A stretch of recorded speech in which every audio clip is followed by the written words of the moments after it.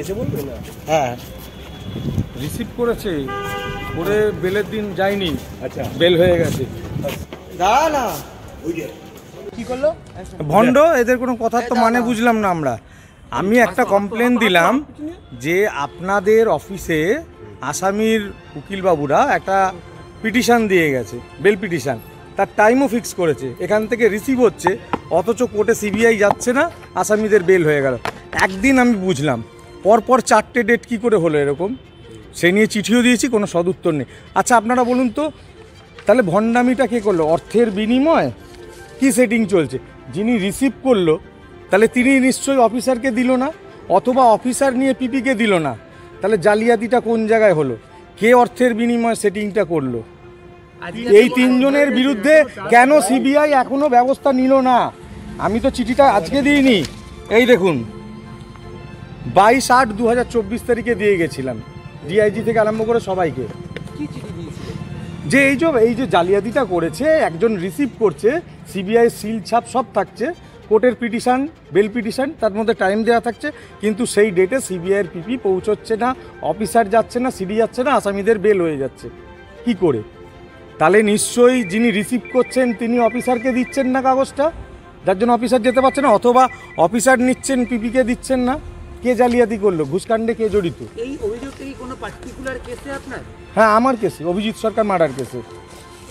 আচ্ছা, 3টে বছর হয়ে গেছে, চার্জশিট দেওয়ার কথা, এখনো চার্জশিট দিতে পারছেন, একটু বলবেন?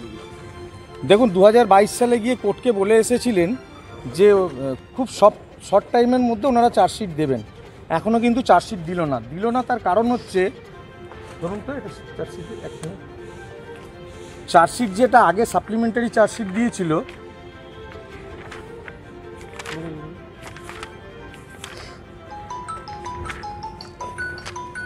আপনি বলে নিন, পরে আমরা 1 মিনিট, সেইটার মধ্যে দেখুন চার্জশিট দেওয়ার পক্ষে একটা ডকুমেন্ট দিতে হয়।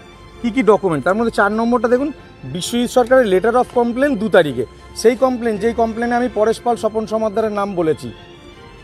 তাহলে উনি যদি আমার কমপ্লেনটাকে ডকুমেন্ট হিসেবে দিয়ে থাকে, তাহলে নিশ্চয়ই এখন চার্জশিট দিতে ভয় লাগছে।